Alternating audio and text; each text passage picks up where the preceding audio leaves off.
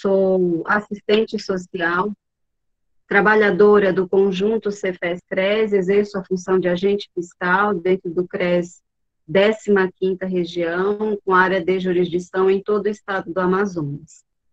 E assim, em nome da atual gestão, que é reconhecer a história para garantir o futuro, que vai com o mandato de 2020 a 2023, é com muita honra, gratidão e satisfação que apresentamos hoje o nosso primeiro encontro preparatório do eixo da Seguridade Social.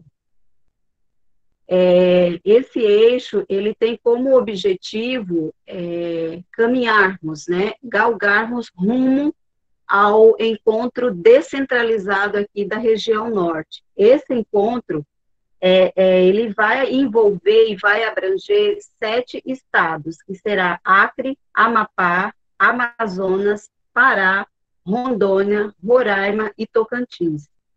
Assim, né, teremos 2 dias, que se inicia hoje e amanhã, do nosso primeiro encontro preparatório rumo ao encontro descentralizado aqui da região norte.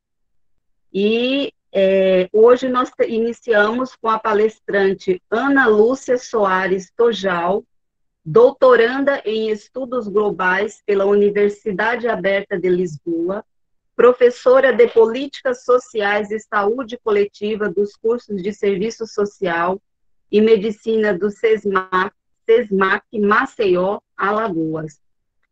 Então, nesse nosso primeiro encontro preparatório do eixo da Seguridade Social, teremos um importante tema que diz respeito à importância do controle social para o fortalecimento das políticas públicas, né? O controle social, ele diz respeito à integração, participação da sociedade com a administração pública, ou seja, o controle social, ele está voltado diretamente à participação da sociedade civil nos processos de planejamento, acompanhamento, monitoramento e avaliação das ações da gestão pública e na execução das políticas e programas públicos.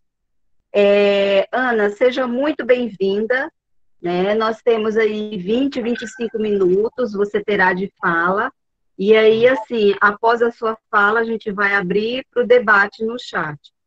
Então, assim, seja bem-vinda, o microfone é seu, a palavra é sua.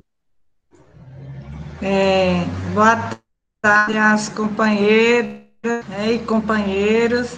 Agradeço o convite, né, a pessoa da professora Simone Lisboa, que me contactou, e é um prazer estar dialogando com vocês. Penso que o motivo de estar hoje aqui, falando sobre controle social, tem uma relação com a minha trajetória dentro da política de assistência social durante mais de 30 anos em que eu venho atuando no controle social dessa política, né, como uma militante mesmo, né, e acompanhando todo o desenvolvimento da política na condição, às vezes, de conselheira e, por vezes, também de trabalhadora dessa política. Então, acredito que esse foi o convite. E, assim, vou fazer algumas colocações, gostaria que as me avisassem quando já tivesse dado o meu tempo, para que a gente possa oportunizar o debate e fazer isso deixando um espaço maior para o diálogo. Então, já posso começar? Vocês gostariam ainda de fazer alguma colocação? Podemos, né? Bom, a primeira coisa que eu queria conversar com vocês é que a gente pudesse pensar sobre qual controle social a gente está falando, né? Então, a gente tem um período de 1964 até meados de 1995, a gente vivia o controle do Estado sobre a sociedade civil, né? Estávamos diante de um regime militar, né? Numa ditadura militar, onde esse controle se exercia sobre essa sociedade civil. Com a Constituição de 88, a gente conquista, né, um outro tipo de controle, né, o controle social, que é o controle da sociedade sobre as ações estatais e, notadamente, sobre as políticas públicas, né? Então, só para a gente lembrar como é que está configurado esse tripé da Seguridade Social. Então, a gente tem, na Constituição de 88, o tripé da Seguridade Social, abrange assistência social, saúde e previdência social. E a assistência social, em particular, ela, até então, era tida como uma não política, né? Ela, então, iniciar um trânsito, né, para um novo campo, né? O campo dos direitos, da universalização dos acessos, da responsabilidade estatal, e ela vai se inserir nesse tripé. Tem a Lei Orgânica de 1993, e depois, já bem lá na frente, em 2004, a gente tem a Política Nacional de Assistência Social, SUAS, e em 2011, que a gente tem consolidado em lei o Sistema Único da Assistência. Para a gente pensar em controle social, a gente pensa algumas diretrizes estruturantes, né, para pensar de que forma você pode organizar uma política pública e como essa política pública vai dialogar, vai promover diálogo entre o Estado e a sociedade civil. Dentre essas diretrizes, a gente pensar, uma política pública tem que ter como primazia a responsabilidade do Estado. Então, a sociedade, o terceiro setor, né, e a iniciativa privada, ela tem que entrar como complementar e não como substitutiva, né? A questão da territorialização, porque para aproximar a política pública do lugar que as pessoas vivem. E a descentralização política administrativa, né, com o comando das ações de cada esfera de governo. Esse financiamento, né, da pública é um financiamento partilhado, né, é um financiamento tripartite, onde você tem os recursos da União, do Estado, dos municípios, e no fortalecimento dessa relação democrática, Estado, sociedade, cabe ao controle social acompanhar, principalmente, a execução desses recursos, né? Eu costumo dizer que quem não controla os recursos não controla, né? Termina por não controlar nada. Então, nessa transição, né, de um foco assistencialista para um direito socioassistencial, você vai ter um caráter diferenciado da assistência, que era, né, que tinha concebida como ajuda, como benesse, como favor, para um direito social, sendo os sujeitos de direito, né, com ênfase no atendimento às necessidades sociais da população, conhecimento de que os direitos dessas pessoas foram subtraídos pelo modo de produção capitalista. Então, você vai ter uma mudança de foco em relação a isso. Quando acontece essa mudança da ditadura à democracia, a gente vai pensar um outro patamar de relação do Estado com o cidadão. Então, está lá no artigo 1º da Constituição, dizendo que todo o poder emana do povo, que o exerce por meio de representantes eleitos, numa democracia representativa, ou diretamente numa democracia participativa. Então, qual é o grande desafio do controle social? De fato, a gente estimular no nosso país uma cultura de democracia participativa, né? Que, infelizmente, é algo que temos ainda muitos limites ao exercício desse controle social. Tem no imaginário, né, da sociedade como toda a ideia de que democracia é só a democracia do voto.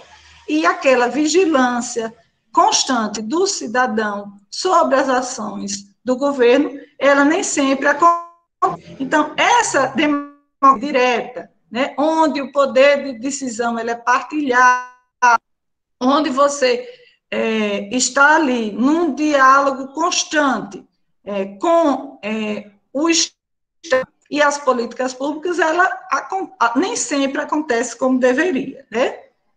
Nas instâncias de controle social, a gente tem os conselhos, que são instâncias de deliberação colegiada de caráter permanente, né, com a composição paritária de governos e sociedade civil.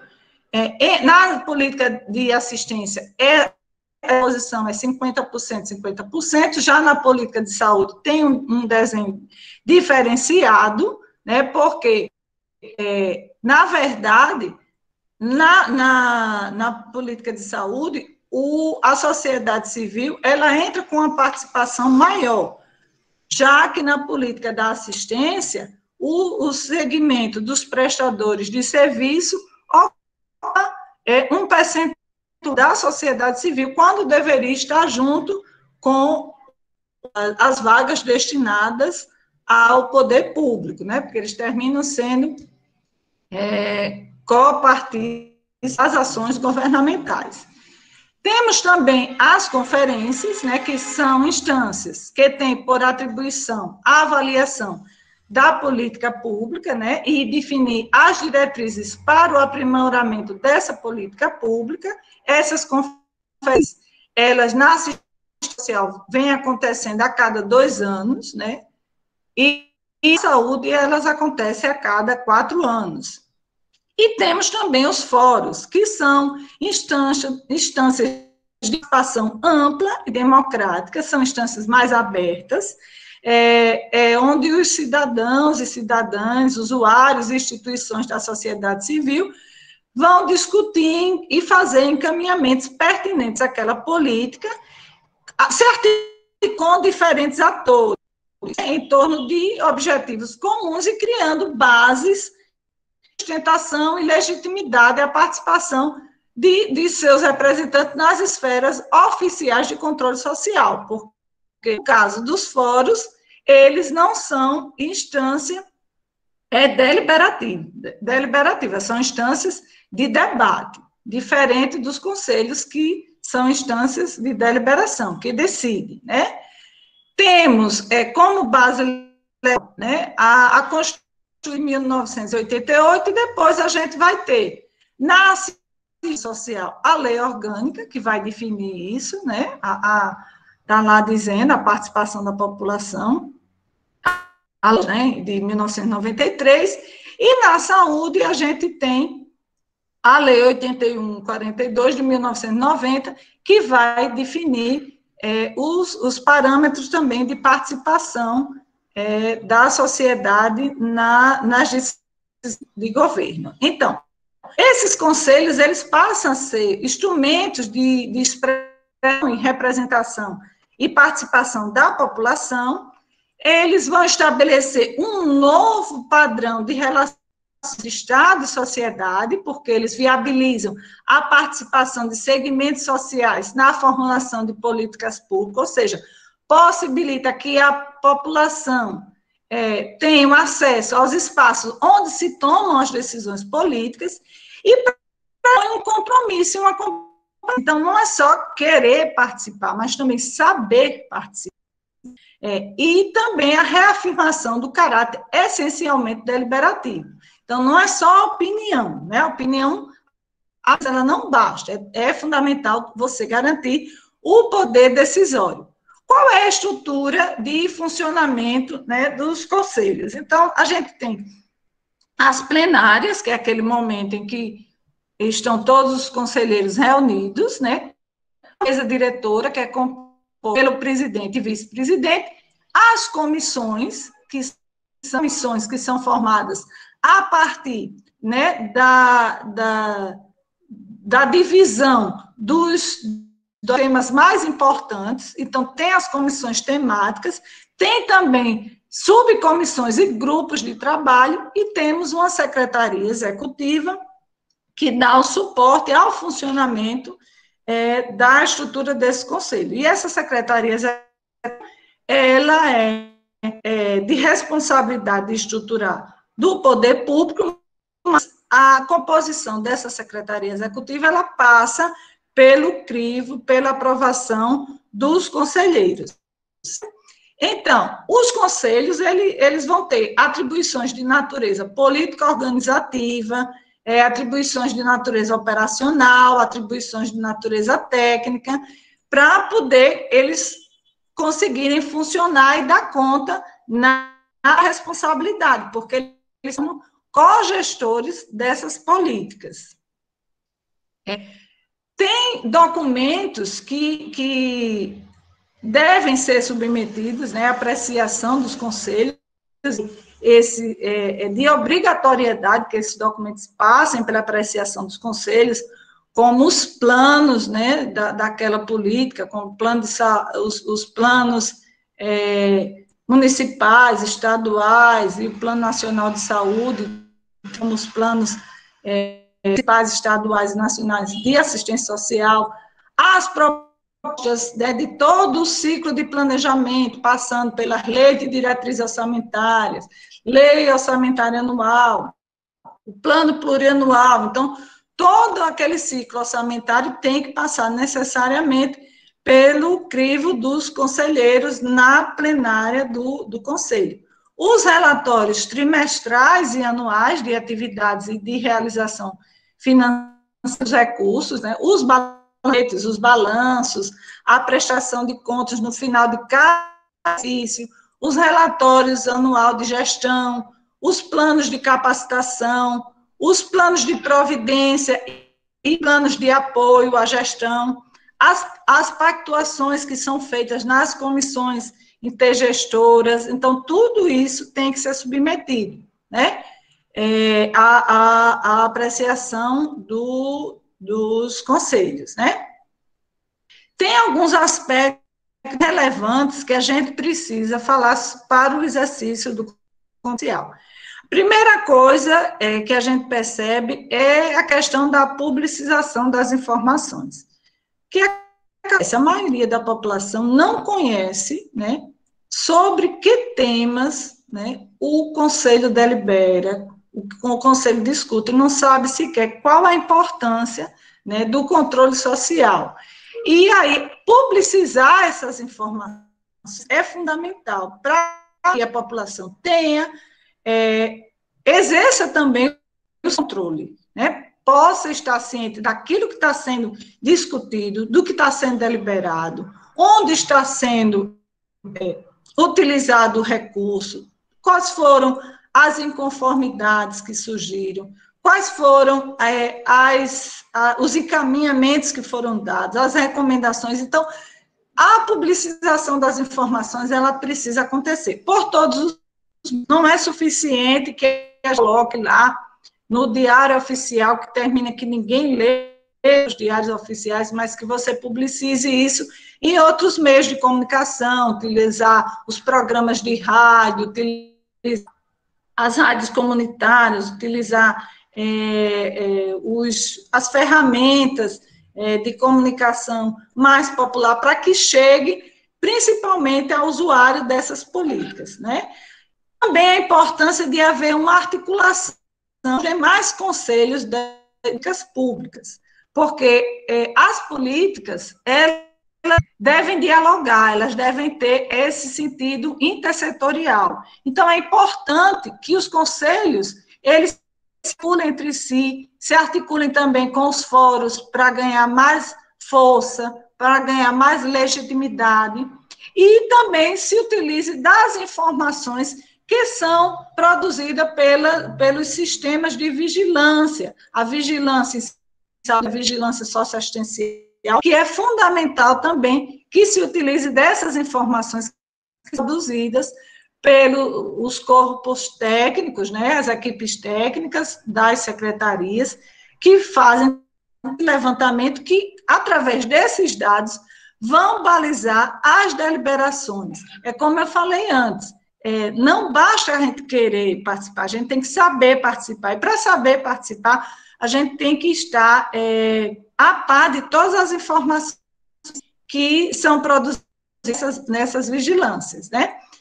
Outras questões importantes a gente refletir, até para a gente abrir para o debate, ter um diálogo aqui com os participantes, é a gente pensar que há uma disparidade de condições de participação, né? Quando a gente pensa membros do governo e membros da sociedade civil, boa parte dos conselheiros que são membros do governo, eles são liberados para estar presente nas reuniões, para ir para as conferências, o que não acontece com os membros da sociedade civil, que muitas vezes tem que sacrificar suas horas de seu momento de convívio familiar para estar presente nas reuniões do Conselho. E isso se agrava mais quando a gente fala da participação de segmentos mais vulnerabilizados, principalmente os usuários, que às vezes sequer têm condições de ter o seu deslocamento garantido. Às vezes, eles não podem participar de uma reunião de conselho, que é bom que as pessoas saibam. Os conselhos não são funções remuneradas, as pessoas estão ali, são eleitas, né, em fórum próprio, mas não são funções remuneradas. Então, esses conselheiros, muitas vezes oriundos, né, usuários, oriundos de camadas, né, mais vulneráveis, não tem sequer a passagem do ônibus para se fazer para as reuniões, além de todos os inconvenientes das pessoas que precisam lutar pela sua sobrevivência e, ao tempo, ter tempo para se dedicar ao controle social, para se dedicar a esse momento da discussão que acontece dentro dos conselhos e também nas conferências. Então, essa disparidade, expediente de trabalho, visibilidade de tempo, despesa com transporte, outra questão também, familiaridade com a linguagem tecnocrata. O que é que acontece? Nas reuniões, normalmente as pessoas usam de termos e de discussões que já estão num nível que é muito superior àquela compreensão, principalmente do usuário. Então, o usuário chega ali e ele não tem acesso àquela informação. Nem sempre ele está preparado para participar. Então, como é que ele verá sobre uma determinada temática se ele não tem condição de entender? E aquilo, muitas vezes, não é decodificado para o entendimento. Então, esse usuário ele vai se deparar com terminologias técnicas, né, com uma série de siglas, com uma série de relatórios que ele sequer tem condição de avaliar sobre aquilo, né? Também o acesso à participação em debates nacionais.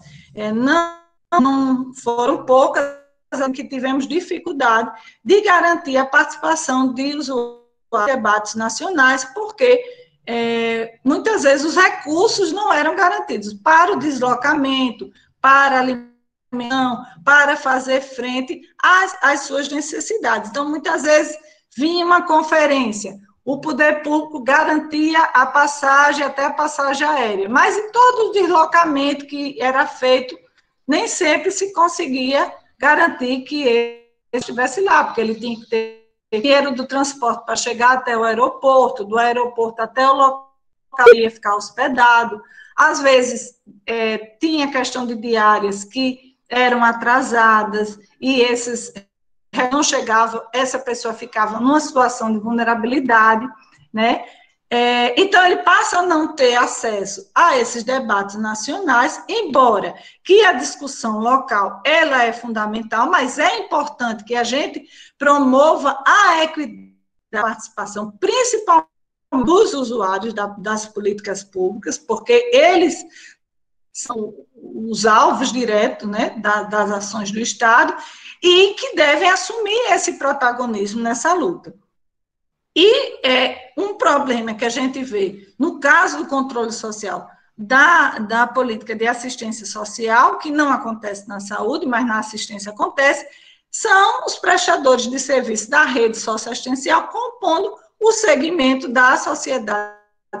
Então, nós tivemos várias dificuldades para garantir, tem agora mais do que nunca, né, nesse momento de retração da democracia, onde a gente está vivenciando, né, uma ameaça ao Estado democrático de direito, o controle social ele se torna ainda mais difícil, né? Então, a gente teve a primeira conferência de assistência social em 1995, de lá para cá, a gente veio com regularidade as demais conferências, só que o que aconteceu em 2019? Em 2019, o governo, né, fez uma pressão para não convocar a 12ª Conferência Nacional de Assistência Social. Então, houve uma articulação das entidades, né, da sociedade civil, dos conselhos profissionais, né, do movimento sindical, que se fizesse a Conferência Nacional Democrática, mas com dificuldades para viabilizar, porque os recursos não estavam garantidos e tem que buscar outros meios para financiar a participação, a maior participação possível da população nessa conferência. Foi uma belíssima conferência, uma coisa muito diferente, porque ela rompe com aquela estrutura hierarquizada, né, que sempre acontece, apesar da gente estar falando social, mas aquelas mesas sempre que ficam, né, colocando essas diferenças, né, entre aqueles que estão mais assenhorados do saber, daquele usuário que está mais distante, né, desse saber, assim como lá atrás também na saúde, a gente teve lá a 8ª Conferência Nacional de Saúde, que foi um momento histórico, onde também houve essa abertura com um desenho material formal, né, de conferências, que não é esse o controle social que interessa, né?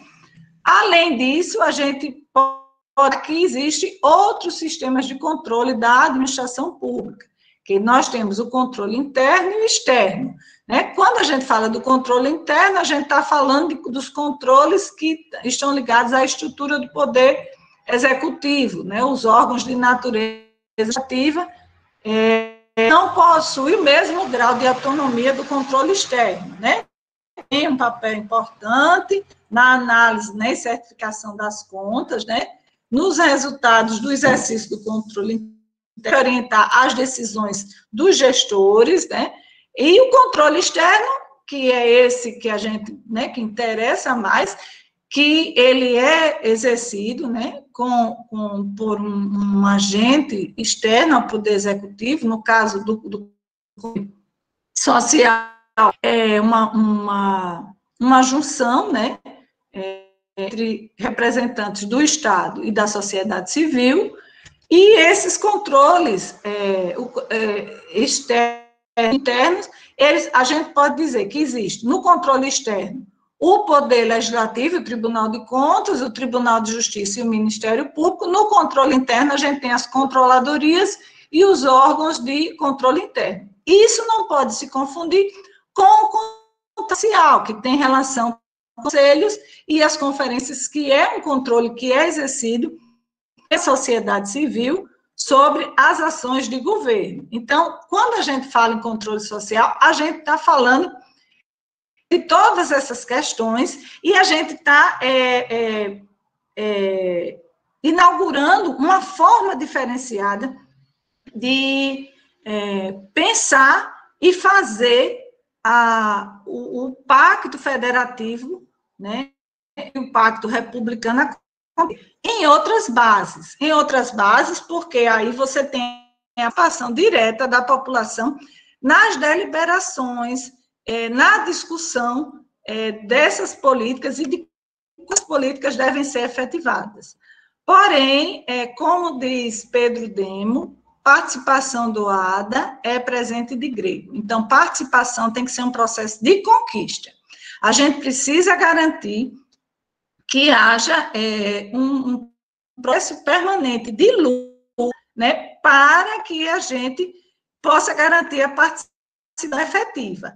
e ter claro, né, que para exercer o controle social é preciso ter coragem, né, é preciso saber enfrentar todo esse jogo perverso que é montado, muitas vezes, pelos interesses, né, interesses do Estado, interesses também da iniciativa privada, e que muitas vezes nem todos os conselheiros estão dispostos, e muitos estão, têm um atrellamento, né, político e profissional que não lhe permite essa liberdade e essa autonomia para exercer livremente esse controle social. Então, eu gostaria já de parar por aqui, né, para a gente não se delongar muito, né, numa exposição, porque eu gosto muito que a gente promova esse diálogo, que a gente possa conversar um pouco com vocês trazer as questões que vocês queiram debater, para a gente poder dialogar, né? Eu acho que esse diálogo ele se torna mais rico a gente ficar aqui numa conversa de mão única, né? Então, eu vou parando e aguardando as contribuições e os debates. Tá certo, Ana. Nós que agradecemos a sua brilhante explanação, enriquecedora, e eu estou entendendo, assim, que você prefere que o movimento dos nossos trabalhos, que eles sejam dinâmicos e dialéticos, com a participação da categoria, é isso, né? Exatamente. Então, assim, antes de eu direcionar as perguntas, já tem algumas questões, né, no chat.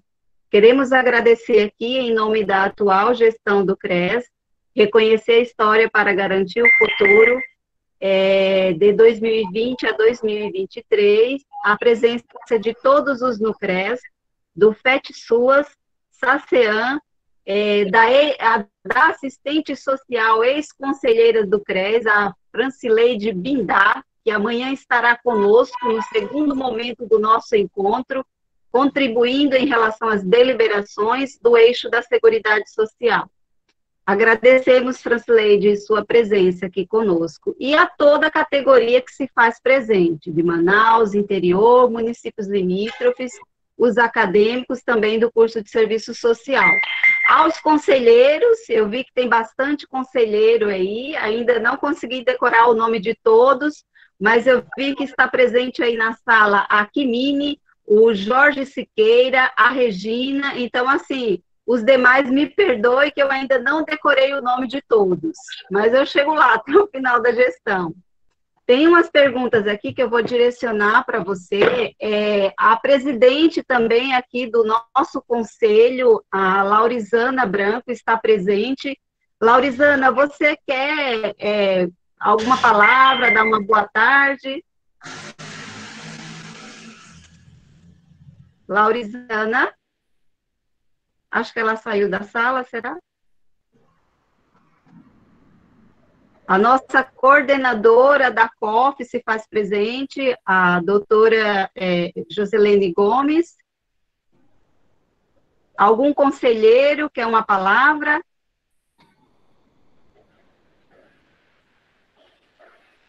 Então, assim, eu vou direcionar as perguntas, tá, Ana, do chat. Só um minuto.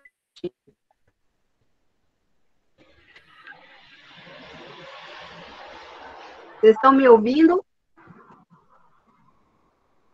Estão me ouvindo? Sim. Tem na realidade, assim, deixa eu descer só um pouquinho. Aqui é da Paula Siqueira, e ela vem aqui, logo no início da sua fala, Ana, ela vem trazendo uma reflexão e uma pergunta também. O FET-SUAS, né, vem acompanhando as lives, ouvimos e trouxemos a reflexão para algumas vivências que temos no território. Devido ao desempenho de paridade que na assistência tem uma sociedade civil sendo conduzida pela gestão. Quais seriam as estratégias para que pudéssemos corrigir esse desenho que dificulta o real controle? Aí é uma pergunta. Enquanto FETSUAS, estamos nos aproximando dos trabalhadores da OSCs para que também se reconheçam como trabalhadores do SUAS. Então, eu vejo que a pergunta dela, Ana, direciona muito aqui nessa parte. Quais seriam as estratégias para que pudéssemos corrigir esse desenho que dificulta o real controle social? Deu para entender, Ana? Isso.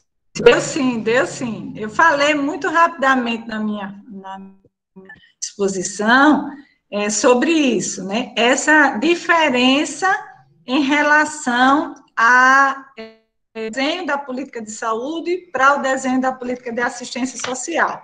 No desenho da política de assistência social, a gente não pode dizer que tem uma paridade realmente, porque a gente tem, nos 50% que é destinado para a sociedade civil, um percentual de cadeiras que são ocupadas pelos prestadores de serviço.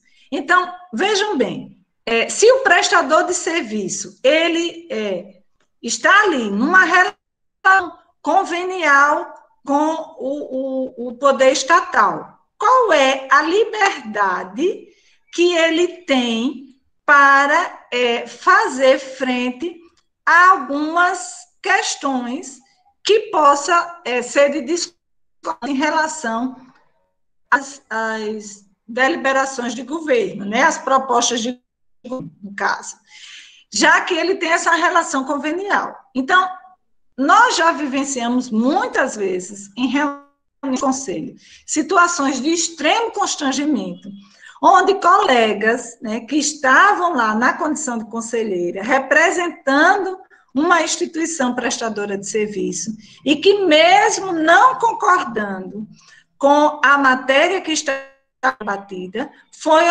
obrigada a votar a favor, porque não tinha essa independência, já que a instituição tinha essa relação convenial, então era a parte interessada naquela matéria. Vamos imaginar o seguinte: você tem um recurso que está destinado a uma determinada instituição não governamental e que fica condicionado à aprovação do governo e passando pelo crivo do conselho. Logicamente que isso vai servir como poder de barganha para que as que forem de interesse do Estado, elas sejam aprovadas por esses representantes. E tem outras questões também. Os trabalhadores da área também não poderiam ficar nesse espaço destinado aos usuários. Por quê? Nós temos também, hoje, isso é fato, é uma realidade que está posta no país inteiro, os trabalhadores que têm um vínculo precário, né? Um contrato, são trabalhadores terceirizados, né? Que não têm um vínculo de trabalho ativo, né? Que lhe garanta a segurança e a liberdade dele se colocar em alguns momentos contrário a determinadas gestões. Então, o que é que acontece? Esse trabalhador também fica constrangido naquele momento em que ele se é obrigado a votar a favor da gestão. Né? Então, isso também acontece. Na saúde, você tem 50% dessa composição, é toda feita por usuários e representação de usuário. E os outros 50% você divide entre trabalhadores, prestadores de serviço e governo. E aí a Paula traz a pergunta: o que é que pode fazer para corrigir isso? Paula, foram inúmeras as conferências onde esse tema e onde as propostas que foram levadas para a gente dar esse desenho, né, se aproximando mais do desenho dos conselhos da saúde, foram derrotadas. E foram derrotadas por quê? Primeiro, porque você tinha nas conferências uma massa de representação muito grande de representantes das ONGs e trabalhadores também com vínculo precário ou com cargo ar-condicionados. Então, você não conseguia romper com isso. E sempre via aquela ideia, não, vamos garantir paridade. Mas a paridade é essa, né? Uma paridade que termina pendendo mais para um lado do que para o outro. Eu tenho me dedicado, nos últimos anos, mais ou menos uns 6, 5 anos, a muito a questão da participação dos movimentos de população de rua no controle social. E esses movimentos já é algo assim extraordinário, né? Que pessoas que são destituídas das mínimas condições de sobrevivência consigam, superando toda a sua condição de vulnerabilidade, chegar e alcançar a sua participação. E essas pessoas são extremamente estigmatizadas, inclusive por trabalhadores da área, o que é lamentável, não é? Porque o trabalhador da área da assistência, assim como o trabalhador da saúde, deve ter um vínculo na luta, uma unidade na luta com os usuários, né? Para estar ao lado deles e estar lutando junto com eles. E muitas vezes não acontece. Isso, o trabalhador se sente incomodado com aquele usuário que muitas vezes ele vai lá e ele denuncia e ele coloca, às vezes de uma forma agressiva, mas a gente precisa compreender que para essas pessoas, né, todos os direitos foram negados, né, durante toda a sua história, recebeu sempre a violência, né, e a negativa a tudo que ele busca, né, como as suas condições, né, básicas de vida, essa pessoa ela fica embrutecida pela vida, né? Ela vai ter uma relação que não é nem sempre uma relação de cordialidade. E é impossível que a gente queira, né, que diante de um diálogo com a população de rua, no momento não haja um momento de ofensa, um momento de palavra mais muda. Então, caberia ao profissional de serviço social, principalmente, né, pela formação que temos, plena compreensão disso. E estar ali como aquele profissional que vai valorizar aquela participação, que vai estar junto, né, de mãos dadas ao usuário, para ele alcançar a sua autonomia, para ele alcançar o seu protagonismo. Infelizmente, Paula, o jogo é tão pesado que muitas vezes esse trabalhador que deveria ser na luta junto, ajudando no processo de emancipação humana, ao contrário, ele está ali fazendo o jogo do poder, né, o jogo de estigmatizar, de muitas vezes criminalizar essa população.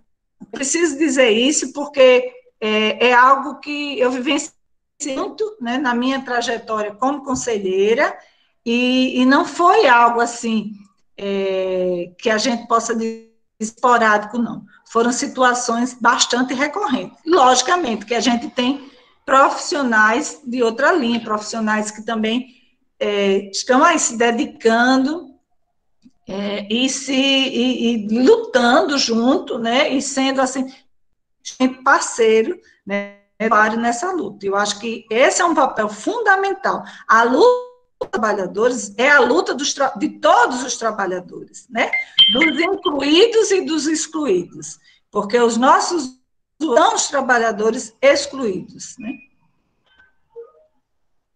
Obrigada, Ana. Ana trazendo aí um importante debate em relação ao fortalecimento da classe trabalhadora. Somos trabalhadoras, trabalhadores. Dentro do conjunto Cefes-CRES, nós temos essa bandeira de luta, sim, em defesa da classe trabalhadora. e proteção e defesa das nossas políticas públicas. Ana, tem mais uma pergunta aqui da Paula Siqueira, ela é assistente social e hoje ela está representando o FET SUAS. É isso, né, Paula? Ela traz eu diria assim, uma pergunta, né, vem um pouco com reflexão, mas ao mesmo tempo não deixa de ser uma provocação.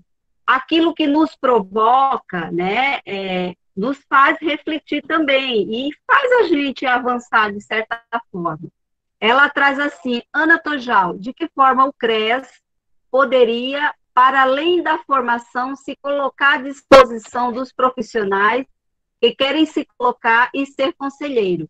As denúncias de assédio moral são reais e muitas vezes elas não conseguem ser acolhidas, não pela falta de responsabilidade, mas pela complexidade. Acredito que precisamos, de fato, estar e colocar como prioridade na agenda. Eu até entendo essa pergunta da Paula, ela vem muito mais no sentido assim, né? De que forma o CRES poderia até transcender ao que vem a ser o seu papel precípico de orientação e fiscalização do exercício profissional. Porque a categoria, Paula, ela nos traz, sim, algumas questões que vão além do que compete regimentalmente os seus conselhos de classe, né? Os CREs de todo o Brasil.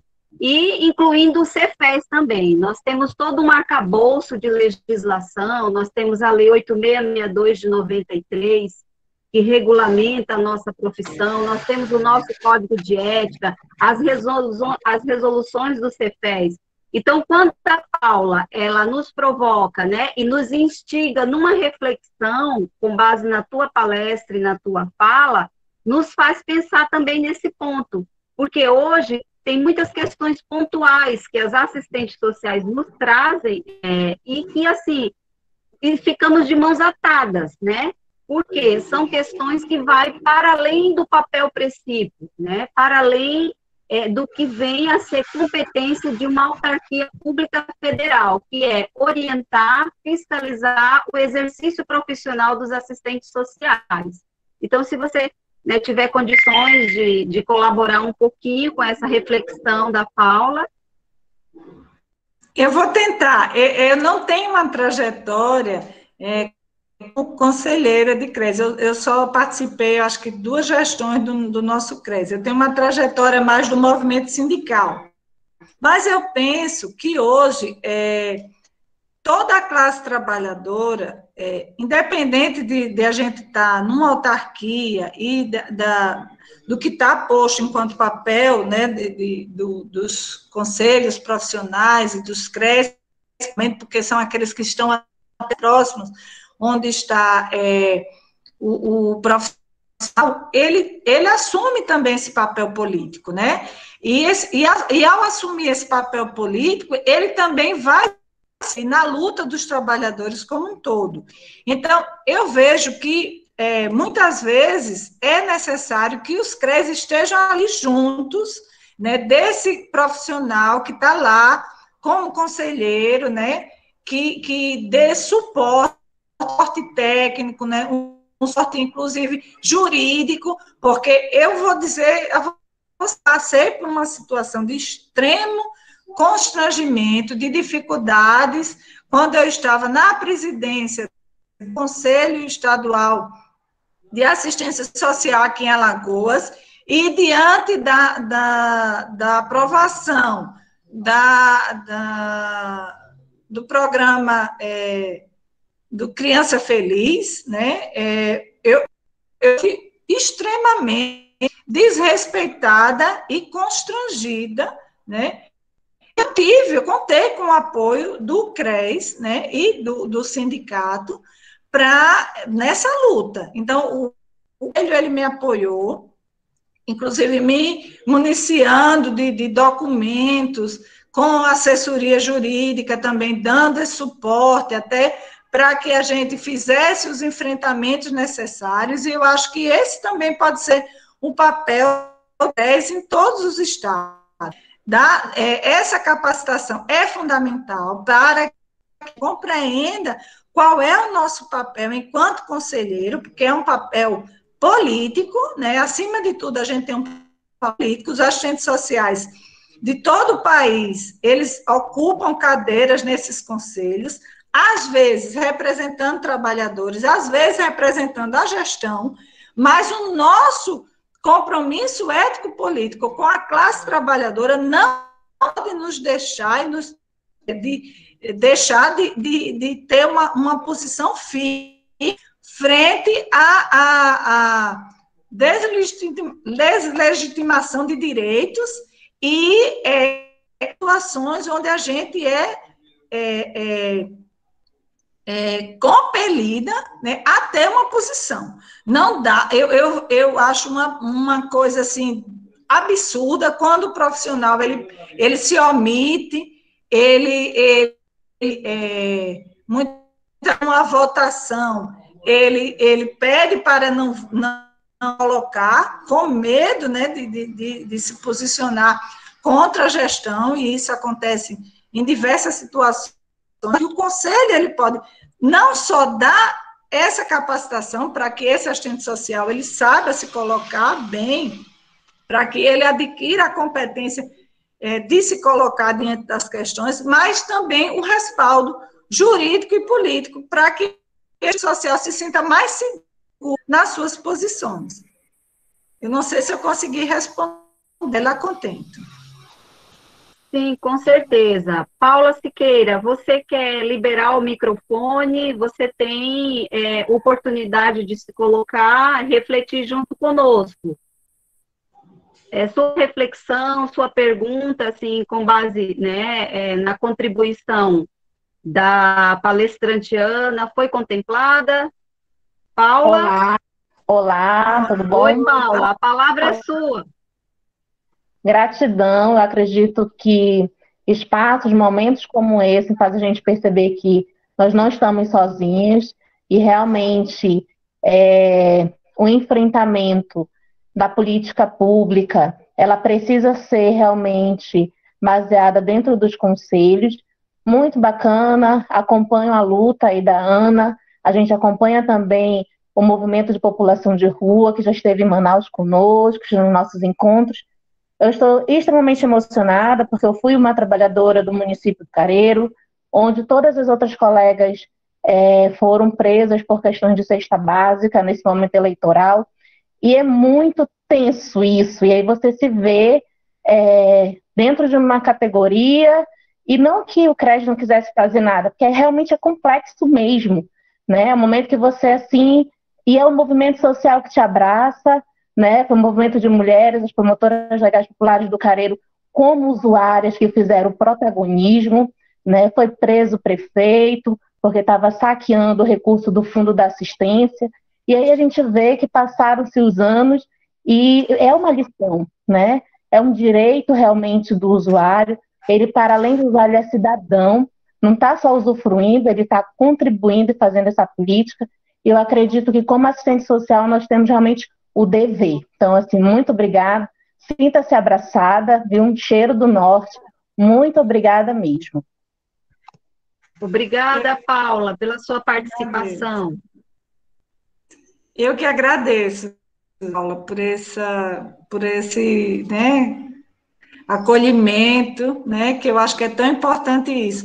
E é fundamental a gente ter essa compreensão, que diante de um cenário tão adverso como a gente está vivenciando, né, nos últimos tempos, né, são anos de muita dificuldade, agora, então, com essa crise sanitária, né, com a pandemia, acho que a coisa ainda se torna ainda mais crítica, mas nesse desgoverno que a gente vivencia e nessa forma de destruição, porque é uma força de destruição perversa, né, de tudo que foi construído de política pública. A gente está vivenciando tempos bem difíceis, bem duros, mas a gente não consegue.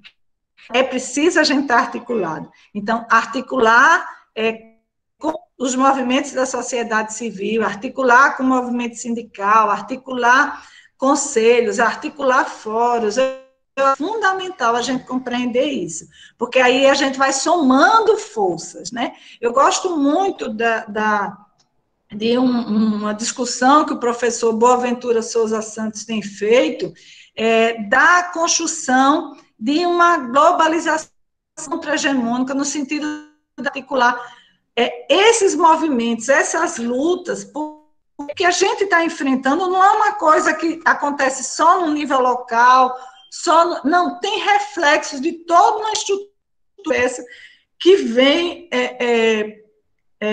desmontando as organizações locais, desmontando a seguridade social dos países, principalmente os países periféricos, que estão sofrendo mais ainda, países colonizados, aqueles que ainda vivem uma situação brutal de desigualdade. Então, se a gente não se articula, se a gente não vai dando forças no sentido de construir esse movimento dessa globalização contra-hegemônica para se colocar realmente contra esse projeto de destruição, esse projeto que como que alguns sociólogos chamam da necropolítica, né? É uma política de morte, realmente.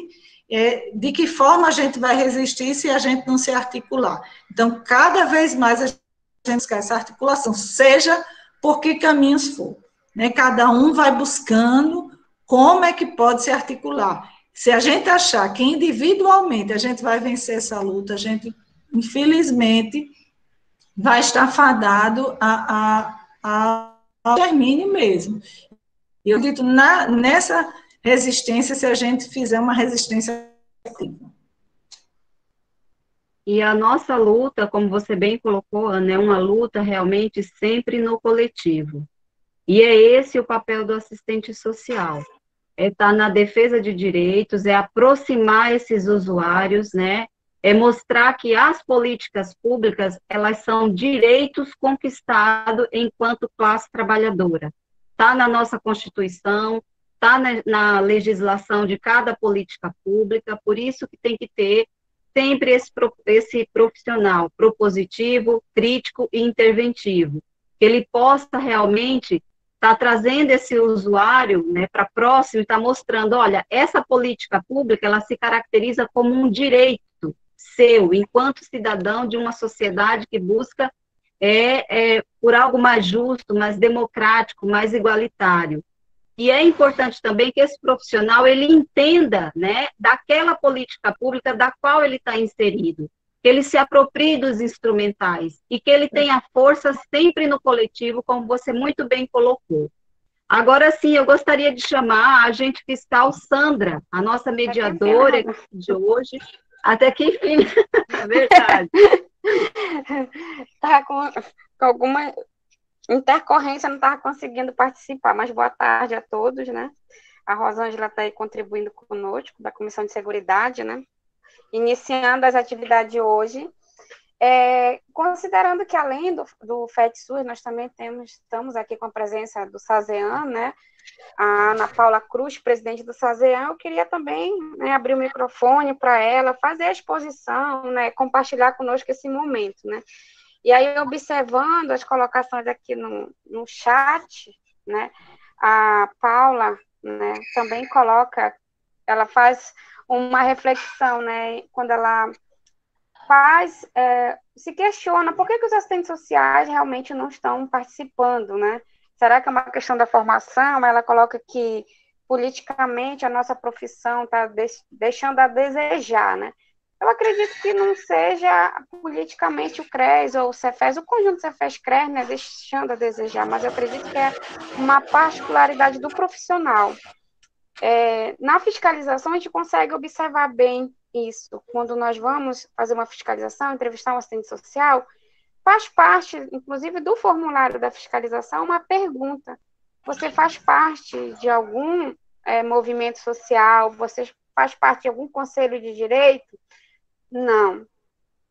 E aí, às vezes, a gente ainda tem que tentar colocar para o colega o que seria esse conselho de direito, né? Às vezes, quando a gente passa, ela fala, ela faz parte de um partido político, mas ela não faz parte, né, do conselho de direito.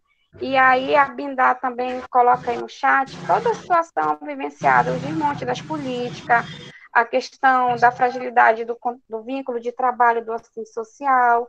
No interior, a maioria é contrato, então ele não se sente, né, empoderado para estar fazendo parte do conselho, para estar nesse controle social contra o seu gestor, né, porque tem toda uma implicação política mesmo, partidária em relação à atuação dele, né, no trabalho.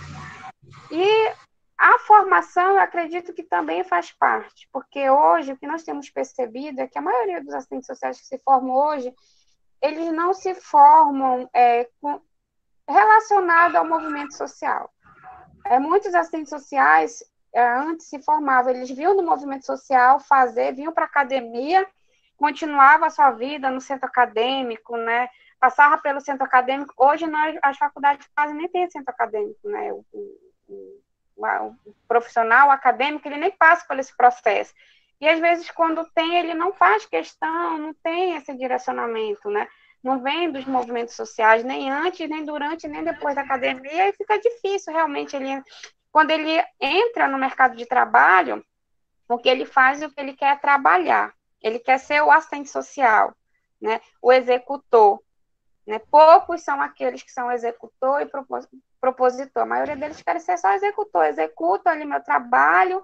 Por exemplo, os assistentes sociais que trabalham no CRAS, que eu acho que é o que está bem, mesmo aquele que trabalha na UBS, mas o que está no CRAS, ele tem um grupo de pessoas que ele está muito próximo para fazer o trabalho do controle social. Mas ele não faz, dentro das falas, dentro do momento que ele tem com os usuários, ele não consegue fazer isso.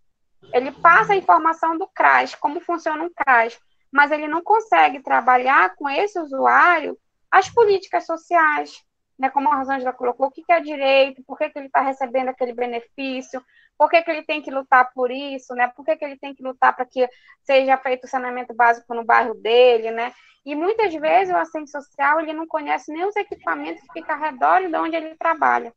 Ele não tem uma articulação com a UBS, ele não tem uma articulação com a escola, né, porque ele só vai executar aquelas 6 horas de trabalho e volta para casa e volta no outro dia. Então, acho que aí são vários fatores, a formação, né, a questão do comprometimento mesmo político, né, do compromisso com o outro, né, que a gente está vendo muita questão do individualismo, então eu vou lá, faço a minha parte e pronto, estou fazendo a minha parte. Então, a gente tem esses vários fatores que influenciam para essa não participação, né? E às vezes o assistente social também diz, já estou cansado, eu falo tanto, ninguém me ouve, eu participo, vou lá, brigo, ninguém quer ir comigo, eu sou sozinha, né? As próprias colegas, a gente percebe isso quando as colegas querem solicitar alguma fiscalização do CRES, querem fazer uma denúncia, eu quero fazer, mas as outras não querem, eu não sei se eu consigo fazer, porque se eu fizer, as outras não vão... E a gente já chegou em local que houve denúncia e que uma assistente social denunciou e que as outras disseram, não, isso não acontece aqui, né? Então, é bem complicado essa questão dessa identidade de classe, né? E até como ela assume esse papel de assistente social no equipamento, né? Você falou do Criança Feliz, e você chega hoje no programa do Criança Feliz, você diz, quem é assistente social? Não, eu sou a supervisora.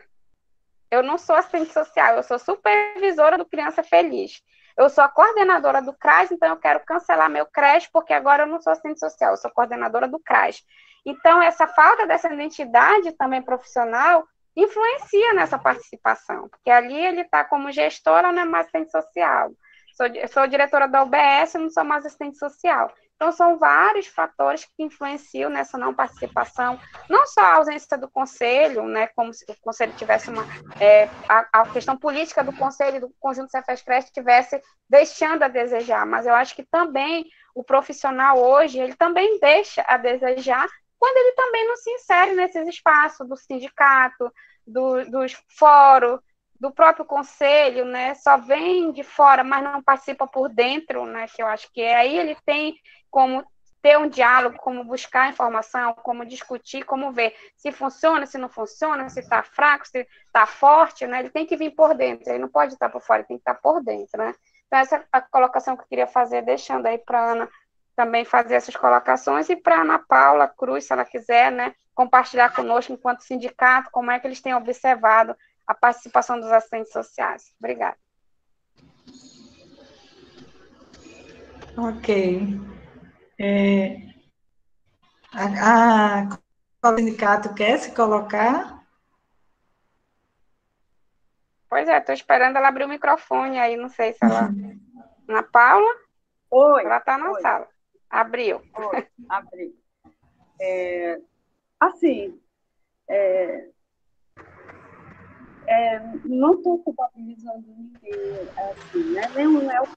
Não sei onde está. Acho que é aquilo que tu colocou mesmo, algo individual mesmo. Que a gente vê que a participação no SASEAN, ela é mínima, ela é muito.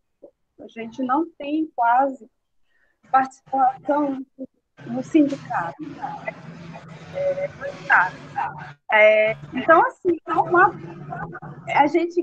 a gente quer ver uma forma de chamar, talvez seja realmente a questão da formação, porque a gente hoje já não tem mais espaço dentro das instituições, né, de formação, que formam um profissional que vá para a luta, que as políticas públicas elas se dão nesse campo da luta, da gente brigar. Talvez é só o executor mesmo que se está formando hoje. Não sei onde é que está, mas eu não vejo assim a participação, seja ela de qual forma for, seja até partidária, que eu acho que é importante a questão também partidária, né? Porque você está ali, você está num espaço de discussão. Você é atuante dentro de um partido, levando aquilo que o nosso projeto político, ético-político, ele coloca dentro do partido, você vai ter pelo menos um espaço de voz, né? Eu acho que é esse espaço de voz que a gente tem que começar a trabalhar, a levar para esse estudante, para esse trabalhador. E como você coloca também, Sandra, na fiscalização, muito importante a sua colocação de perguntar realmente onde é que está e incentivar essa participação, né? Poxa, a gente está quase esvaziada no sindicato. E é um espaço importante, a gente já está perdendo força dentro do governo que a gente já não tem, né?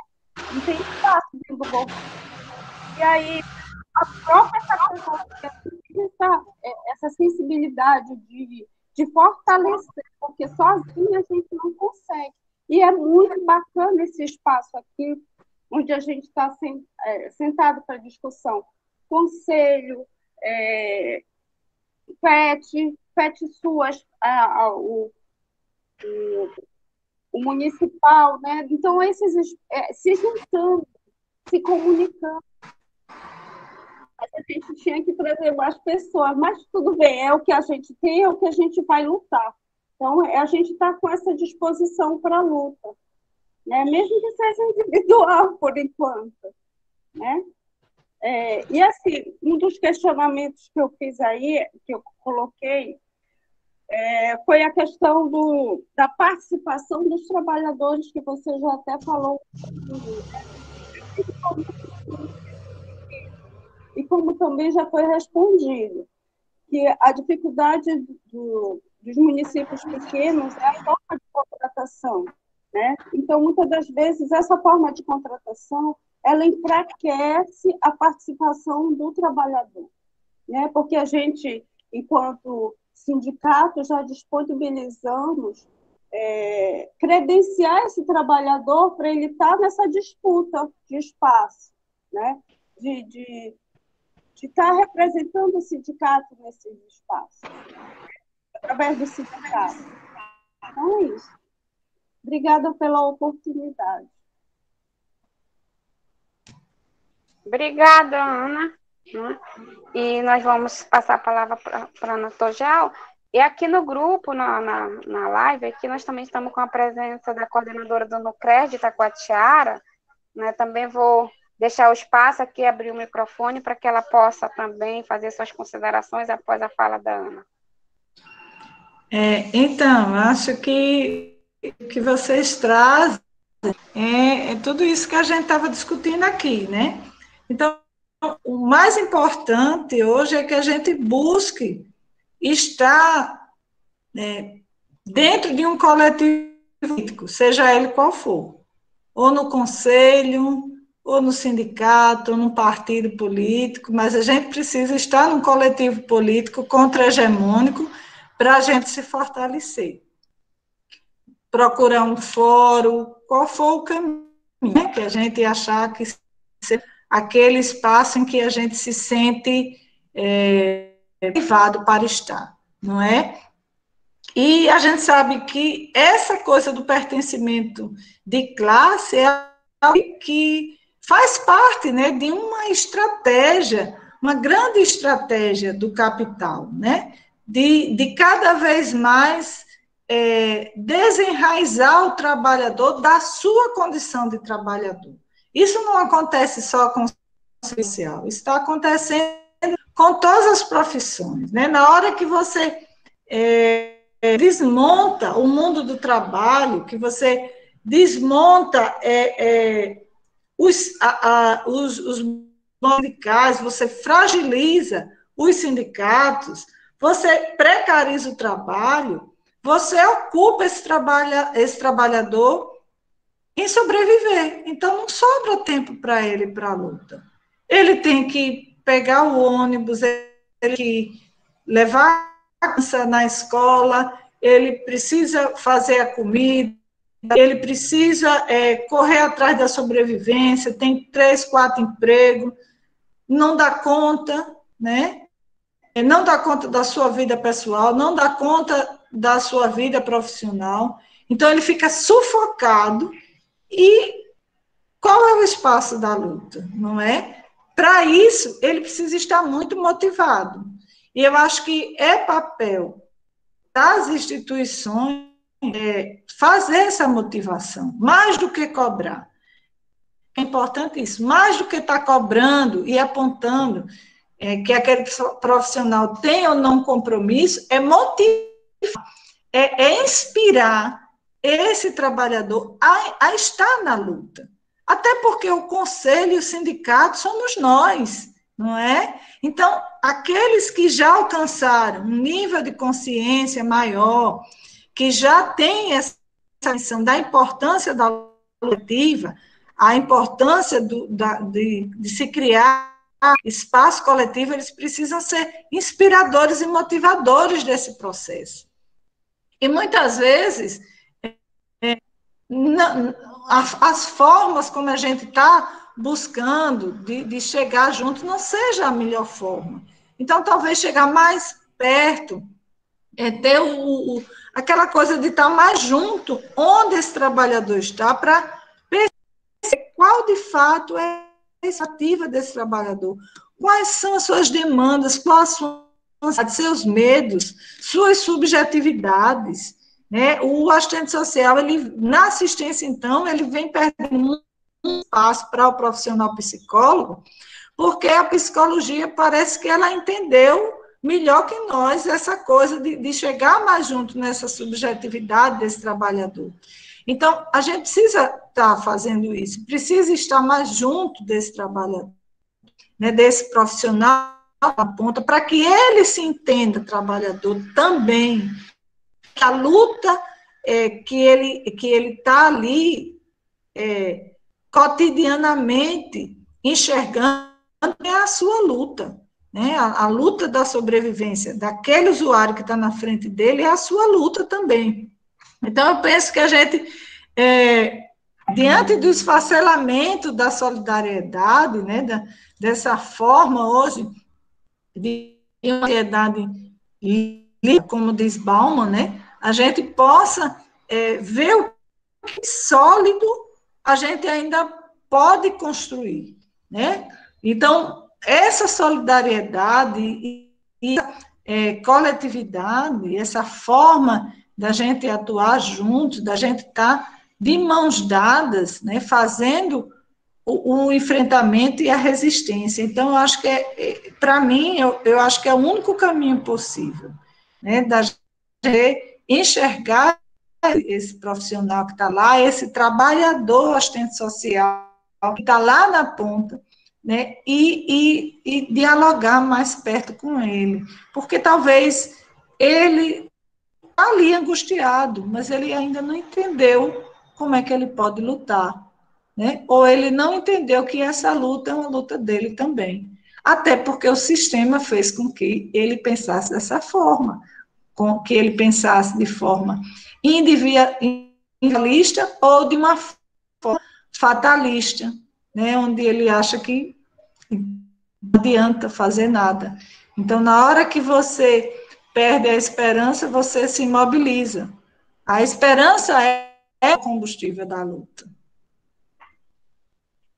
Obrigado, Ana. E dizer, acho que ressaltar aqui que o CRES, acho que desde 2015, ele vem fazendo esse movimento de aproximação com a categoria, né? O CRES tem ido mais aos municípios do estado, se aproximando mais desse profissional que se sente sozinho, né? Ele diz, eu estou aqui sozinho.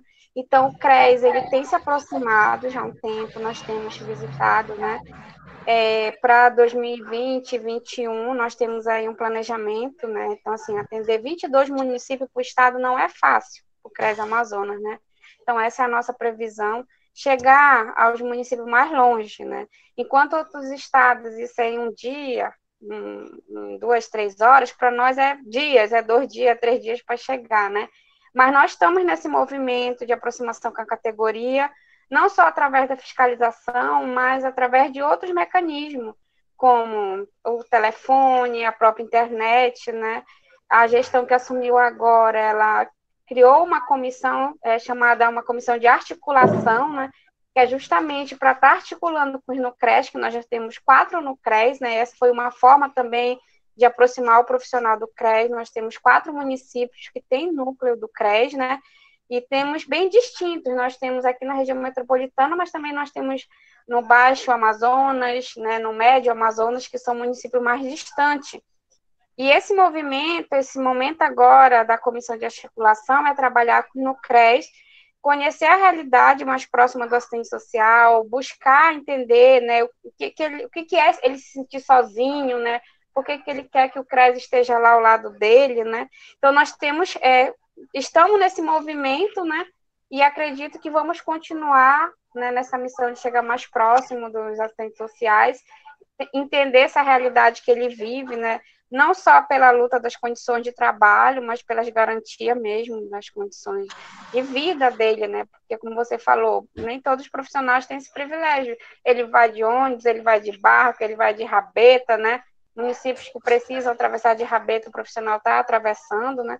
Então, nesse movimento dessa aproximação com a categoria, nós estamos tendo um bom resultado, né? A categoria realmente, ela está entendendo qual é a função do CRES, o que o CRES pode e o que não pode fazer, né? Pelos anseios que elas têm, né? Eu acho mais próximo agora com o SASEAN, né? Com o FETSUS, que sempre teve, o CRES já foi, né? Presidente também, já teve à frente do FETSUS, e essa aproximação sempre aconteceu, né? Agora está mais forte, né? Até pelas lutas mesmo, pelos desmontes das políticas, essas categorias conseguiu se reunir mais e se unir mais, né? Em busca de um bem comum, que é a qualidade do trabalho, a qualidade da prestação de serviço para o usuário, né? E a participação do usuário em todo esse movimento. Então, nós estamos, aos poucos, chegando realmente junto à categoria. Eu quero abrir aqui o espaço para a Francileide Bindá, ex-conselheira do CRES, né, atuante aí, assistente social da política de saúde, para também fazer essa contribuição. Conhecida como Bindá, vou chamá-la de Bindá, Francileide, né? Está aberta, Fran. Seja bem-vinda. Obrigada, Sandra. Está dando para ouvir bem? Está dando para ouvir bem? Tá, estamos ouvindo bem. Ok. Então, Ana, parabéns pela abordagem, né, que você fez, bem didática, isso é muito legal. E é claro que quando o palestrante, né, coloca questões interessantes, suscitam, né, também uma série de inquietações. E quando você colocava a questão da participação, e isso realmente me toca, porque eu acho extremamente importante, né? Não tem como falar de controle social, não tem como falar sobre fortalecimento das políticas públicas se a gente não discute mesmo a participação. E, claro, e sai também para além da discussão, para a prática dessa participação. Eu achei interessante que você colocou, não basta querer participar, não é? Temos que saber participar. Então, não é só querer participar. Talvez muita gente, muitos profissionais, muita gente da população quer participar, mas muitas vezes não sabe como se apropria das ferramentas, como se insere, ou mais ainda, não é nem se inserir nesse jogo, nessa arena, né, de disputas, o quanto está instrumentalizado para que haja uma participação qualificada, porque é isso que interessa, né? Isso que interessa, é uma participação qualificada, uma participação que eu saiba, né, aquilo que eu defendo, o que estou defendendo, como estou defendendo, que projetos eu estou defendendo, né? Então, e aí, quando você coloca que o Pedro Demo, né, discute isso, e ele diz que participação não é dado, mas é conquistado. E aí, eu fico realmente pensando como nós, enquanto categoria, podemos contribuir, não é, efetivamente, mais ainda. Eu acredito mesmo que a nossa categoria profissional tem contribuído nesse processo de fortalecimento de políticas públicas, mas ainda, eu não sei que palavra eu usaria, mas assim, vamos pensar uma discussão como esta. Que bom que eu estou aqui, podia nem ter estado, né? Mas que bom que essa oportunidade me foi presenteada, de certa forma. Mas somos aqui, quantos estamos agora? 24. É importante? Muito, cada um dos que estão aqui participando, contribuindo, ouvindo, registrando, mas o quanto que discutir isto tem repercussão prática no cotidiano profissional, nos espaços socioocupacionais, onde as políticas públicas se efetivam, se materializam.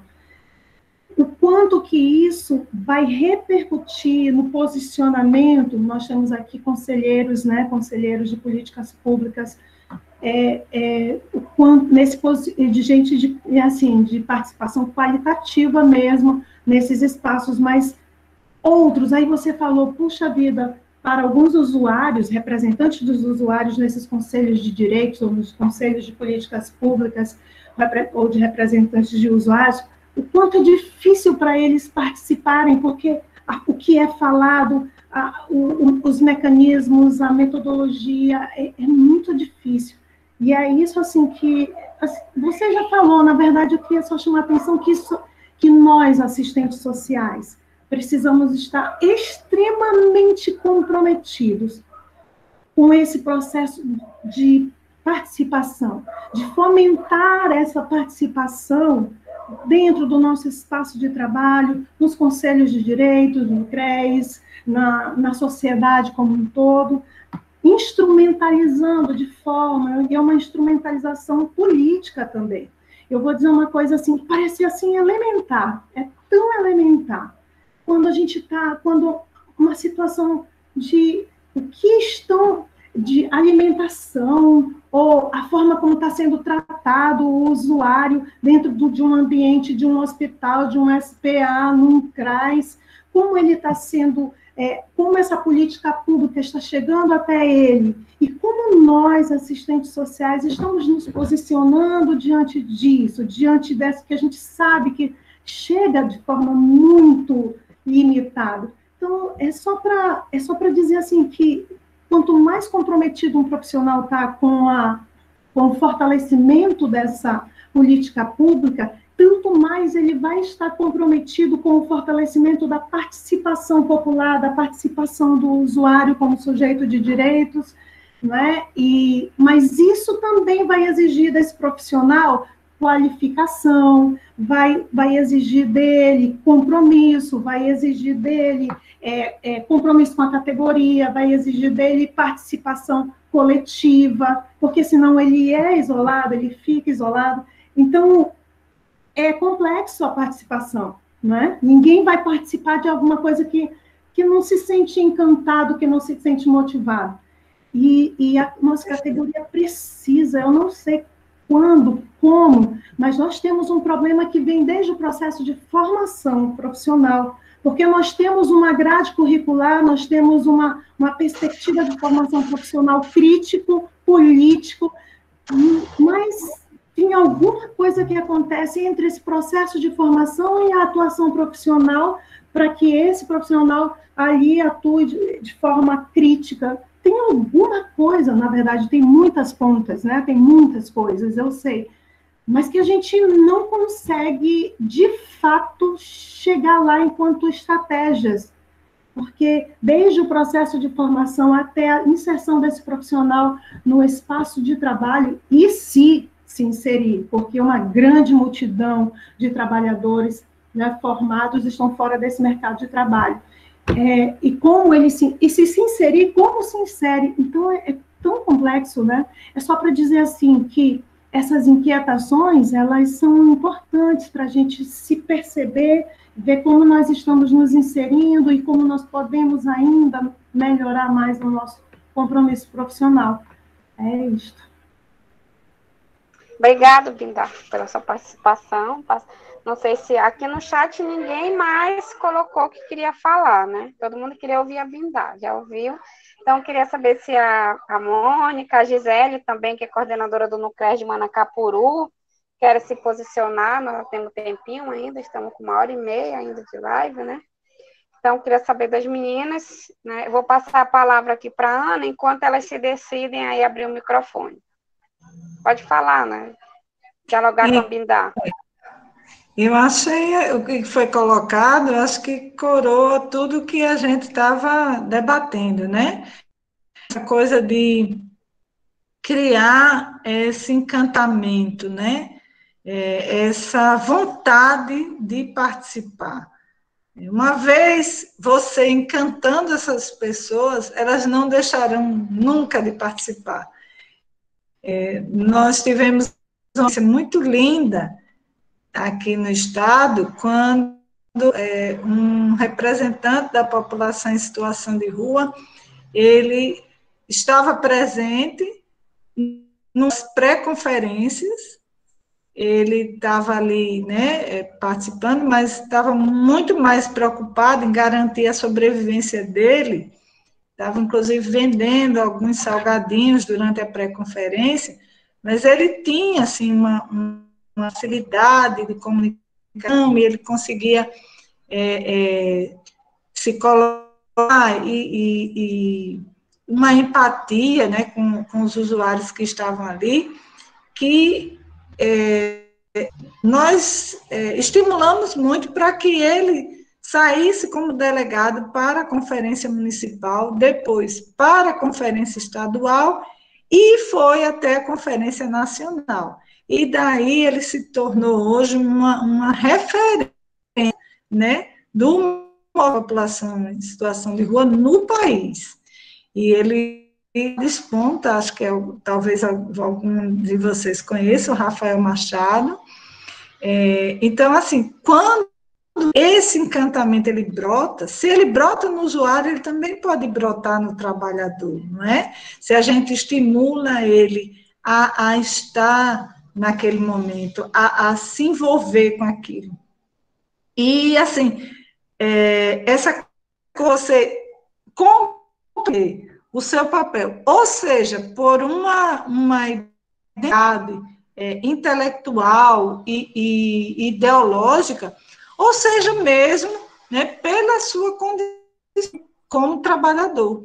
Tanto que, recentemente, a gente teve a presença, e ainda estamos, né, na presença da mesa diretora do Conselho Nacional, uma assistente social que também é usuária dessa política. E acho que foi uma das melhores residências que a gente vivenciou nos últimos tempos no Conselho Nacional de Assistência, que foi a nossa companheira Aldenora Gonzalez, que traz a vivência dela, né, como usuária, a sua vivência como usuária dessa política e também ali agora como profissional. Então, ela conseguiu reunir essa identidade ideológica, profissional, com também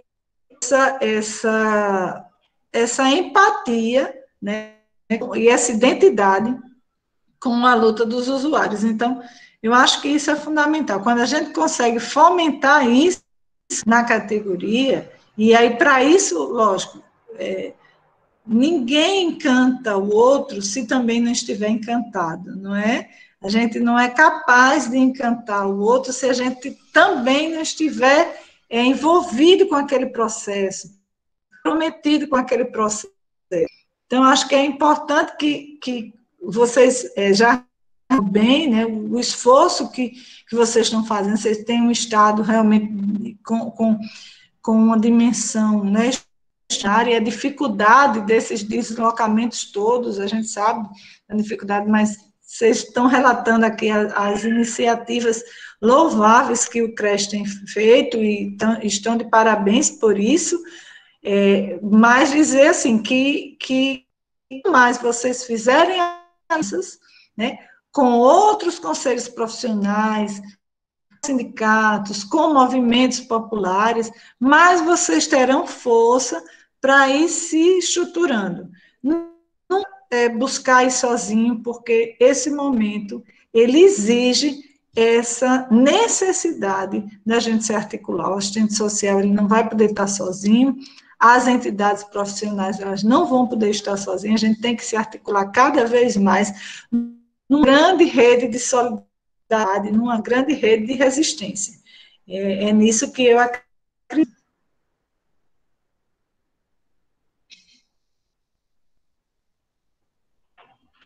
Obrigada, Ana.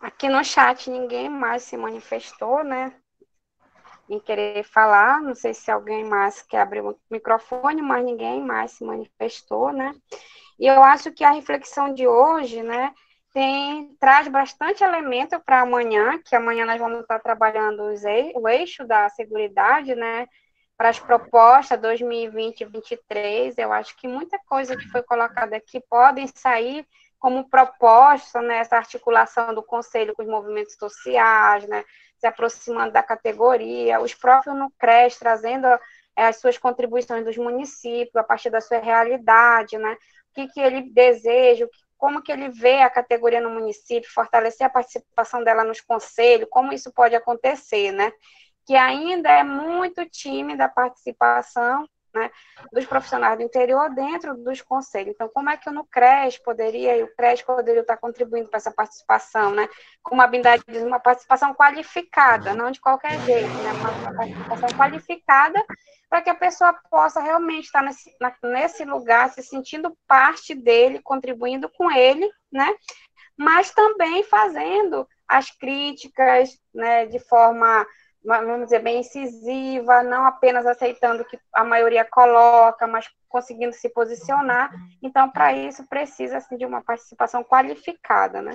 Então, amanhã, nós vamos retornar às 16 horas, com a participação dos NUCRES e de outros assistentes sociais, e eu acredito que quem está aqui vai conseguir tirar bastante proposta, né?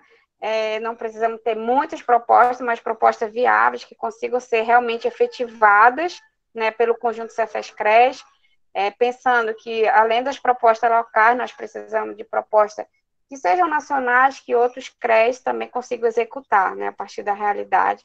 Eu vou só abrir aqui o chat, que tem mais duas, ninguém mais pediu para falar, né, só agradecendo aqui a Ana, agradecendo a fala da Bindá, né, de todos que estão participando, parabenizando o CRES, a gente agradece, né, Então, nós vamos, né, finalizando já esse momento, agradecendo a participação da Ana, né, que a possibilidade de estar conosco, né, esse momento a tecnologia nos proporciona isso, né, apesar de estarmos distantes, estamos próximos, né, esse momento que nós temos trabalhado com bastante lives, né, esse mês vamos ter live quase todos os dias do CRES, né, estamos tendo uma por semana, e agora com o encontro preparatório, né, com o encontro descentralizado, todas as comissões terão uma live, então a gente está aí tendo um bom público, né, a COF chega uma média de 85 pessoas participando, então está tendo bom resultado, estamos conseguindo a participação dos assistentes sociais do interior, né, que quando a gente faz presencial, muitas vezes eles não conseguem chegar aqui, agora com a live, nós temos tido uma boa participação dos municípios, não só participando como ouvinte, mas também como palestrante. Nós temos priorizado a participação das assistentes sociais do interior, de todas as áreas de atuação, né? A próxima que nós vamos ter vai ser do sistema prisional, né? Depois vamos ter do INSS, e depois da assistência só com profissionais do interior. Vamos trazer 4 municípios participando, né? Então, as colegas estão utilizando esse espaço como troca de experiência, né? Conhecendo a realidade do outro município, que às vezes é diferente, mas às vezes as situações, os enfrentamentos são os mesmos, né? Enfrentados de forma diferente. Então, esse momento tem nos possibilitado.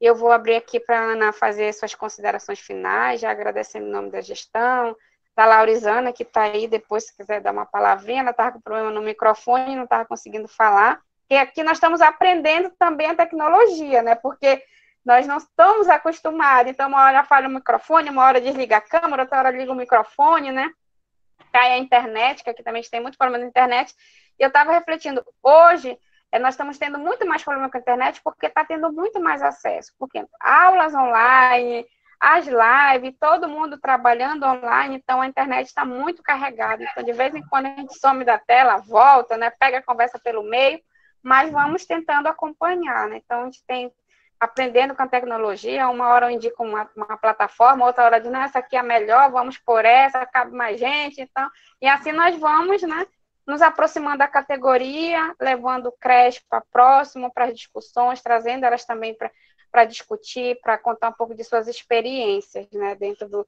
seu contexto de trabalho. Então, eu vou passar para a Ana, e se alguém mais quiser, levante a mãozinha aí. Pode. Então, gente, eu quero agradecer, né, eu espero, de alguma forma, ter contribuído para alguma reflexão. Para mim foi um prazer e parabenizar a iniciativa do CRES, e vamos continuar nessa luta, né? Eu gosto muito de uma frase do Eduardo Galeano, né, que ele conta, na verdade não é dele, é uma história que ele conta em um dos seus vídeos sobre a utopia, e quando ele fala da importância da gente manter a utopia acesa, sempre a gente tem dificuldades, momentos de maior dificuldade, de menor dificuldade, né, de que a gente avança, mas e outros que a gente recua, e sabendo que essa luta é cotidiana, né? Ela não para, ela não tem um fim. A gente vai estar sempre buscando esse horizonte da utopia. E ele conta essa história e ele diz, né, que por que a utopia, cada vez a gente dá um passo e ela vai se distanciando mais, dá outro passo e ela parece que se distancia mais ainda. Aí ele faz a pergunta, para que serve, então, a utopia? Então, ela serve para isso, serve para a gente caminhar. Então, vamos continuar caminhando, né? Caminhando na certeza de que não existe uma outra forma que não seja a resistência, né? Do contrário, é sucumbir ao obscurantismo, né? Sucumbir à desumanização, né? Ao processo brutal de desmonte social, né? Desmonte das políticas públicas.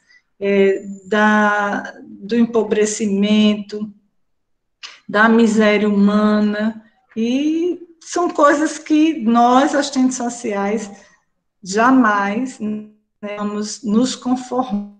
Né? Então, essa nossa capacidade de se indignar e de continuar caminhando atrás das nossas utopias.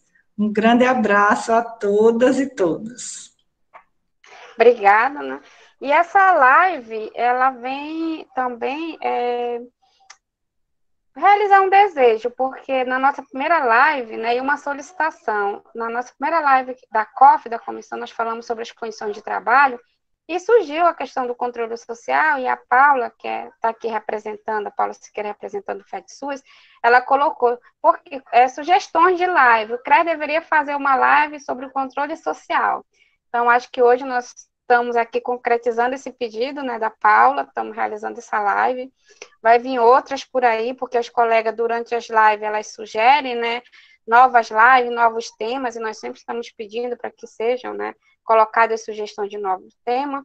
Então, aqui nós estamos atendendo esse pedido, né, com essa live, a Comissão de Seguridade, né, fazendo esse momento, trazendo essa contribuição para os assistentes sociais, né, levando para eles aí mais esse desejo de participar do controle social, né, conhecer um pouquinho, se empoderar e participar. Então, acho que nós estamos atendendo os pedidos, né, agradecer a sugestão da Paula naquele momento, né, por ter colocado essa ideia de fazer essa live.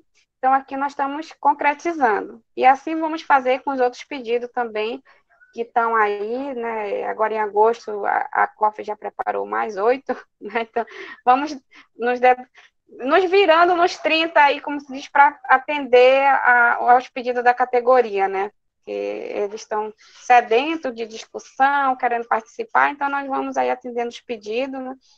Eu não sei se a Laurizana quer abrir o microfone dela, se não vai abrir, eu não vi mais ninguém falar nada no chat, só para queria dar uma palavrinha. Tá, então agora aqui, ó, agora vamos organizar. Vamos colocar aqui a fala da coordenadora da comissão vice-presidente, e a presidente fecha depois os trabalhos. Mas como é o evento da vice-presidente, ela poderia fechar, né?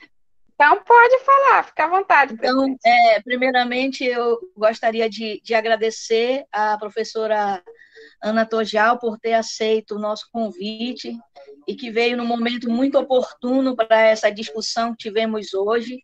É uma necessidade nós discutirmos o controle social no momento em que, devido à política, né, que nós estamos observando dentro do governo federal, a ideia é justamente fragilizar esse controle social. Né? Então, está em nossas mãos discutirmos, falarmos e irmos à luta, irmos participar mesmo nos conselhos, né? Não deixando que isso que foi conquista, né, ao longo de todo um processo histórico, de alguma forma seja diminuído em qualquer uma das suas esferas. E em relação aos assistentes sociais, foi colocado muito a questão da participação, da aproximação, e eu penso, e até para Simone poder falar, né, a gente fala muito às vezes, eu penso que um dos pontos que é essencial é que o CRES ele precisa dos assistentes sociais, como precisa das outras entidades, como o FETSUAS, sindicato e todas as outras entidades que compõem, né, esse controle social, como o CEAS, né, os conselhos de saúde e outros conselhos. Então, juntos, nós podemos criar alternativas para aproximar e para melhorar as condições dentro dessa sociedade. Tá? Não seria utopia, porque eu acredito que todos nós que somos assistentes sociais, no nosso dia a dia, nós estamos lutando e criando meios para alcançar esses objetivos que estão tão presentes no nosso projeto ético-político. Aí aproveito também para agradecer a participação de todos que aqui estão presentes. Tenho certeza que numa próxima discussão, e amanhã nós teremos muito mais participação, porque a discussão do preparatório, ela envolve ações que vão atingir a todos os assistentes sociais. Então, quanto mais amanhã poder participar para contribuir, será maravilhoso. Quero agradecer também às conselheiras fiscais, né, que estão, juntamente à gestão, fazendo todas essas articulações que são necessárias, né, a contribuição do conhecimento delas para nós é ímpar dentro dessa nossa discussão. Agradecer aos demais que participaram, as nossas coordenadoras do NUCRES, né, que também estão nesse processo contribuindo e criando alternativas para nós podermos dar o retorno que compete à natureza do Conselho de Serviço Social do Amazonas. Muito obrigada a todos e a todas. Obrigada, presidente. Agora, a professora Simone, conselheira vice-presidente e coordenadora da Comissão de Seguridade. Boa tarde a todos. É um prazer estar aqui com vocês, agradecer. Primeiramente, eu quero pedir desculpas por não ter podido participar desde o início, eu estava num outro encontro paralelo, mas eu fiquei acompanhando um pouquinho pelo celular também. Assim, eu preciso agradecer imensamente a nossa querida companheira Ana Tojal por ter aceito o nosso convite, a contribuição. Eu tinha falado dela, ia nos dar essa motivação, que já é algo presente em nós, né? Mas quando a gente reencontra, assim, essas pessoas, me dá, que eu fiquei o domingo inteiro pedindo, né, para que ela estivesse conosco nesse momento, não me abandone nesse momento. As nossas queridas agentes fiscais, Sandra, Rosângela, as companheiras Marília, a Paula, a Ana Paula do Sazião, né? Me perdoe se eu esqueci aqui de alguém, mas dizer que uma coisa que para mim está sendo muito marcante nessa fala e nessa pauta que está inaugurando os nossos encontros de Seguridade Social, que é o fortalecimento dos conselhos e dos espaços ocupacionais de trabalhos assistentes sociais, que só podem acontecer se nós tivermos verdadeiramente consciência da nossa condição de classe. Somos assistentes sociais, somos essenciais, somos trabalhadores assalariados, e a gente precisa entender que, se separados, a gente não consegue fazer nada. Não é à toa que a nossa gestão, reconhecer a história para garantir um futuro, ela tem como uma de suas bandeiras de luta articular, organizar, integralizar os movimentos sociais, os movimentos sindicais, os fóruns, né? Nós precisamos estar juntos. Nós sabemos que nós somos poucas. Eu ouvi muito vocês colocando aqui as limitações que os nossos companheiros, as nossas companheiras têm para estar nos controles, até pela sua relação de trabalho, pela sua condição de trabalho, né? O distanciamento, especialmente no que diz respeito à nossa região, o distanciamento geográfico que dificulta bastante o suporte que os nossos companheiros necessitam. Mas dizer que o CRES, juntamente, eu creio, por isso eu vou falar com Sazeão, com FET-SUAS, com o Fórum da Saúde, com a Frente de Defesa do SUS, nós estamos aqui, com a Central Única dos Trabalhadores, nós estamos aqui para apoiar, para fortalecer e dar mais garra para a gente caminhar, né? Foi colocado também a situação da formação, eu até tinha feito um textozinho, é que a gente precisa considerar também que a própria formação profissional hoje, ela está precarizada pelo quantitativo de instituições privadas, não só por isso, mas também pelas reformas curriculares, onde as disciplinas chaves foram retiradas da grade. Né? São poucas as instituições que mantêm a disciplina de movimentos sociais, são poucas as instituições de ensino que ainda mantêm, que ainda preservam o diálogo sobre participação política, controle social. Toda vez que se fala em movimento social, movimento sindical, movimento popular, participação política, nós sabemos que isso tem sido fortalecido nesse desgoverno que nós estamos vivendo, nós somos marginalizados. Podem observar que todas as políticas de desmonte, de descontrole e os conselhos de gestão e de direito estão sendo fortemente atacados nesse governo fascista, justamente porque ele sabe que nós estamos lá na luta e no enfrentamento. né? Ele tem feito de um tudo para precarizar, para nos individualizar, mas nós precisamos entender que nós precisamos estar unidos, um dando força ao outro.